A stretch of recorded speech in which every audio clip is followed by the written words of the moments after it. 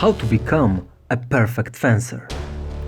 The masters of medieval and Renaissance fencing try to answer this question in their manuscripts. It is still varied, and it is not easy question for us, HEMA practitioners from 21st century. What is more important? Nerves of steel, perfect technique, speed, physical strength, or intelligence in combat? Of course, one can say that it depends on the purpose of the struggle, time period, or cultural context. In a way, it is true, because a duel for life and death with a sharp sword is something totally different than a modern sport tournament. However, there is a set of attributes, skills, and range of knowledge that for the swordsman is timeless. We named these abilities and called them HEMA Powers. Collecting them, we based on the source materials, modern methodology of martial arts, our professional coaching education, years of intense trainings and challenging battles with the best swordsmen in the world.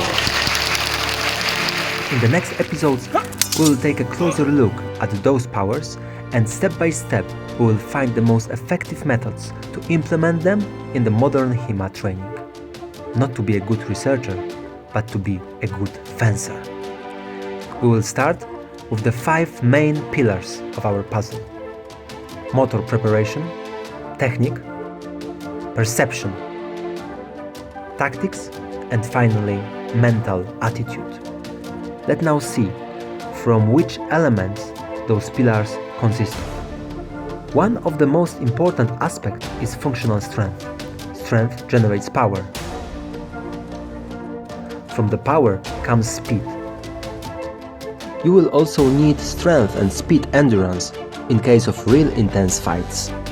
On the other hand, fencer needs coordination, agility, flexibility, and dexterity. What we mainly learn from manuscripts are techniques. You always need to choose optimal technique for a purpose, no matter it is self-defense or a tournament. Then you need to learn an exemplary movement. After you learn it, it needs to become a sensory motor habit to play it perfectly in a fight, not thinking how, but when. You will also need a number of established techniques, just to always have something unpleasant to surprise your opponent. As for perception, a good fencer should always notice a possibility to attack as well as fake and real threat from the opponent. Good reaction speed helps both in foreseen and unforeseen situations.